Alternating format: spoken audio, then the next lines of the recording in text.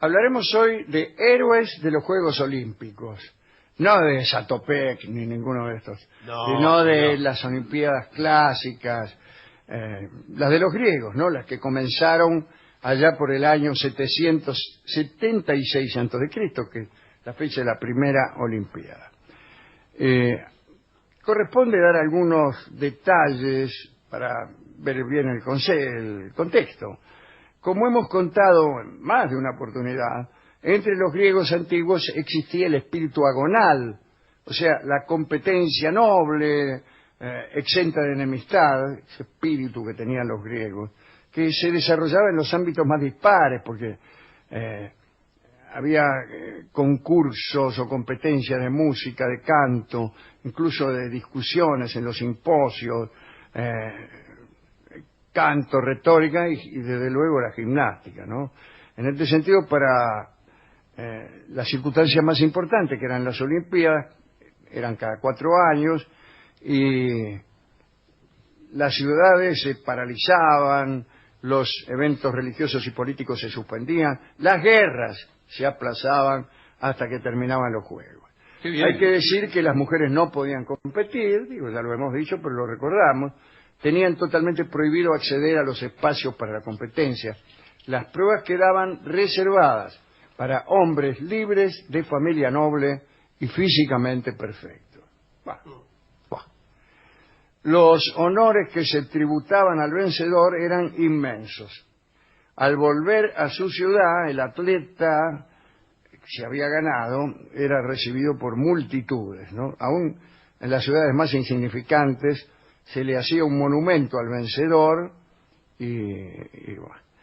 De algunas luchas se seguía hablando después de siglos, Si un atleta que representaba una ciudad era vencido, no se divulgaba la derrota, a veces la negaban, no admitían que habían sido derrotados. Y la ciudad también se negaba a ver la derrota como tal, y a veces se sobornaba a alguien que había vencido para que nombrase a otra ciudad como si fuera la suya, para aumentar la gloria de las poblaciones.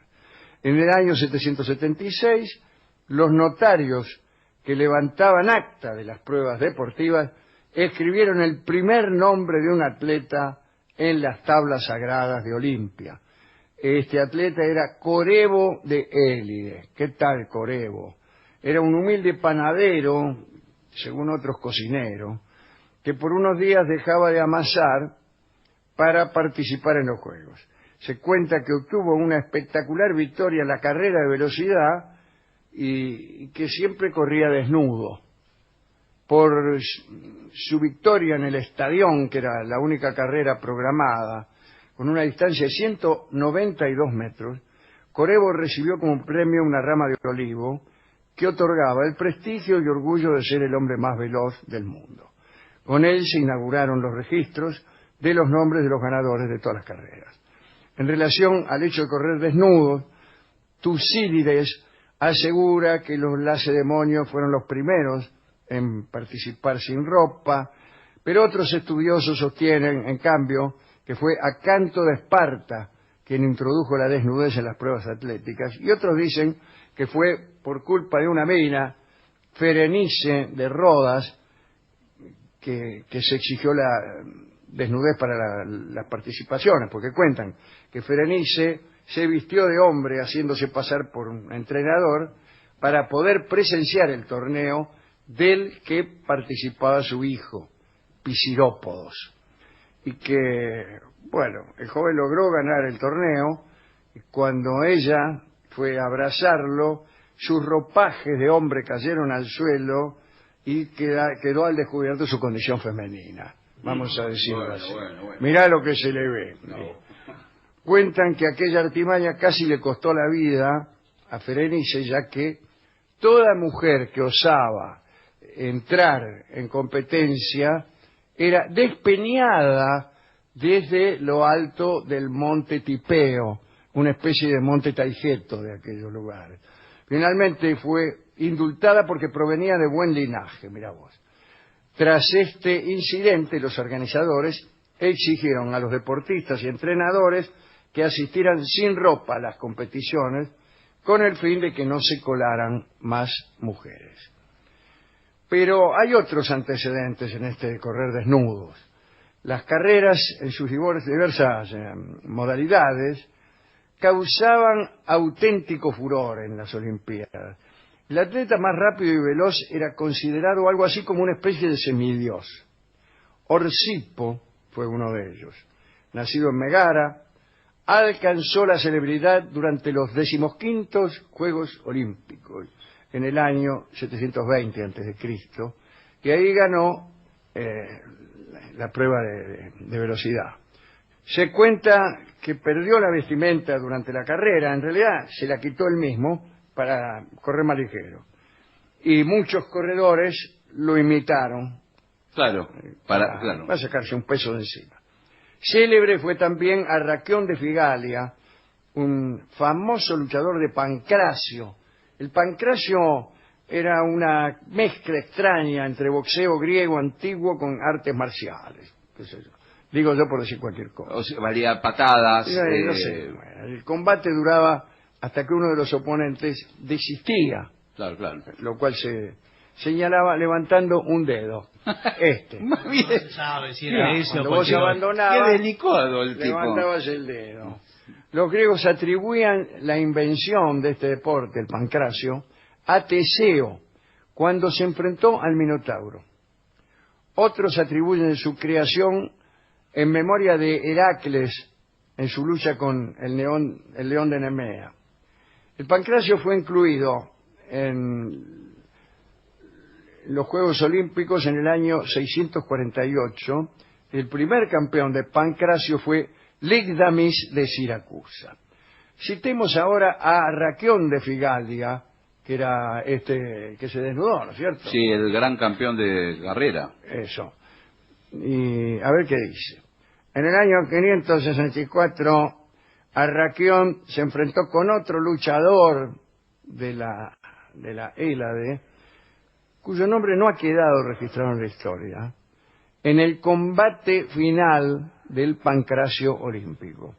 En un momento determinado del combate, el rival de Arraquión le ganó la espalda y rodeó con sus brazos el cuello del campeón, ¿no? De Arraquión. Arraquión trató de liberarse de esta llave y cuando ya estaba a punto de ser vencido, oyó los gritos de su entrenador, Arraquión. Y el entrenador decía: qué magníficos funerales tendrías si no te rindieras en Olimpia. Y entonces, conmovido por aquella arenga de su entrenador, Arraquión, en un supremo esfuerzo, logró derrotar al rival, torció el pie, qué sé yo. Y, sin embargo, cuando Arraquión le estaba torciendo el pie, el otro luchador, cuyo nombre contrincante, se ha perdido, cuando ya no aguantaba más el dolor, se rindió. Y entonces Arraquión lo soltó. Y el otro, a traición, lo atacó de vuelta. Lo atacó de vuelta y le rompió el cogote y lo mató. Parece mentira las cosas que pasan en la cancha. Por eso no voy más yo a la cancha. No, qué mal perdedor. Bueno. Qué mal perdedor, qué traición. Ahora bien, el pueblo, testigo de esta perfidia, adjudicó el triunfo al cadáver de Arraquión, que era lo único que quedaba. Lo coronó y le permitió ir a Figalia a festejarlo. ¿Y cómo? En su polis vitoriaron al muerto y luego erigieron una estatua en su memoria. Muy bien. Otro atleta raro fue Damarco de Parracia. Según relata Pausanias, este atleta tuvo que suspender sus participaciones porque se transformaba en lobo. Era hombre lobo. Genial. ¡Qué genial! Y durante cierta fiesta de las liceas, que eran unas fiestas arcaicas con un ritual que giraba en torno a la posibilidad de una transformación en hombre lobo de los muchachos que participaban. Bueno, Damarco participó en una olimpiada, después anduvo por uno de estos ritos en Licea, fue lobo y luego volvió a ser hombre y alcanzó muchos triunfos en el boxeo. Bueno, la maratón era la principal prueba de los Juegos Olímpicos, que como sabemos consistía en correr 42 kilómetros en homenaje a Filípides, el soldado de maratón, que fue a dar cuenta de la victoria sobre el ejército persa, o mejor dicho, esto lo digo yo, no acá el informe, fue a pedir refuerzos, me parece. Bueno, no importa. Diversos testimonios hay, digo yo pasando a otra cosa, sobre Astilos de Crotona, que ganó hasta 6 coronas de victoria en 3 olimpiadas. La historia dice que en su primera participación, Astilos corrió para Crotona. ¿Y cuáles eran los enemigos clásicos de Crotona? En su primera participación, Astilos corrió para Crotona y sus ciudadanos lo honraron y glorificaron, etc. Sin embargo, en las 2 olimpiadas siguientes, el atleta decidió tomar parte en los Juegos como integrante de Siracusa. Siracusa. Siracusa, pero peor hubiera sido que hubiera tomado parte como atleta de Sibaris, porque los de Crotona eran especialmente enemigos de los sibaritas, tal el gentilicio de Sibaris. Pero bueno, se cambió Astilos, empezó a jugar para Siracusa. Y ¿Qué fue? ¿Un pase claro, primitivo antes, de un equipo? Antes no había pase como ahora. Claro. No. Jugador que era de un cuadro, yo soy de esa idea, señor. ¿Qué hace? Cuando uno es de un cuadro no se puede vender. Bueno, pero vio cómo es el mercado, le paga No importa, señor. Le habrán ofrecido una casa, comida. A este le ofrecieron eso. Él era de Crotona y se lo llevaron a Siracusa. Pero después los hinchas de Crotona no se lo perdonaron, no, que lo gritaban por la calle. Incluso derribaron todas las estatuas que habían construido, las tiraron todas abajo. También era de Crotona, un atleta muy famoso que hemos nombrado aquí, Milón. Sí. Milón es un lindo nombre, Sí. ¿no? Fue uno de los deportistas más famosos de la antigüedad. Y hemos contado cómo se entrenaba, porque parece que agarraba y se peleaba con un ternero y lo mataba. ¿En Lo serio? agarraba así, con la mano lo estrangulaba y después se lo comía. Eso es una forma de entrenamiento. Bueno, era capaz de arrancar un árbol y de doblar una moneda de bronce entre sus dedos. Bueno. Escuchado, muy fuerte. Una bestia, ¿no? Tras convertirse en campeón olímpico, ordenaron erigir una estatua en Olimpia en su honor, que él mismo construyó con sus propias manos. Pero tuvo un final dramático. Cierto día, cuando paseaba por un bosque, encontró un árbol rajado por los leñadores. Y lo empezó a arrancar. Trató de partirlo en 2. Sí. Pero la mano le quedó atrapada en el tronco y no pudo salir. Y el tronco se Tenía rompió. un árbol rajado. Sí. Claro. Metió la mano para Claro. tratar de romperlo, se le quedó la mano trancada. Oh. Y se quedó ahí. A la noche vinieron los lobos y se lo comieron. Señor, tanta fuerza tenía para qué. Sí, Para pero con quedarse una mano no atascado. podía contra todos los lobos. Recordemos esta última situación. Sinisca fue una princesa de Esparta, nacido alrededor del 440 a.C. Era hermana de Agesilao y fue la primera mujer de la historia en ganar los Juegos Olímpicos de la antigüedad.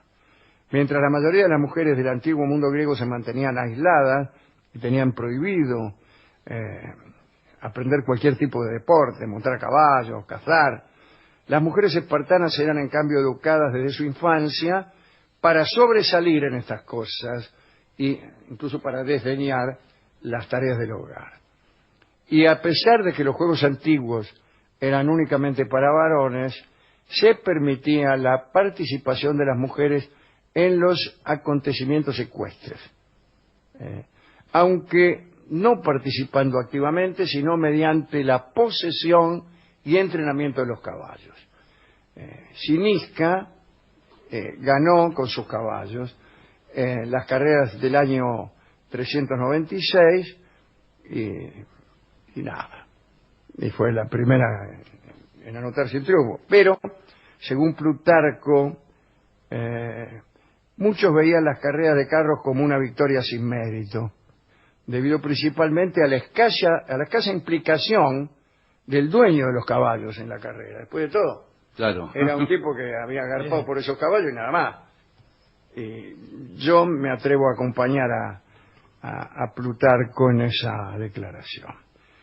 En el santuario de Olimpia se encuentra una inscripción de esta chica Siniska, en la cual declara que fue la única mujer que ganó la corona de flores en las carreras de carros de los Juegos Olímpicos. Es un dato tipo Bonadeo. Pero está muy bien, me Claro, gusta. sí, Me sí, gusta. Bueno, Y después, bueno, en el paso de los años se incorporaron en casi todas las disciplinas las mujeres. y en las Olimpiadas modernas... Prácticamente es en todo lo mismo.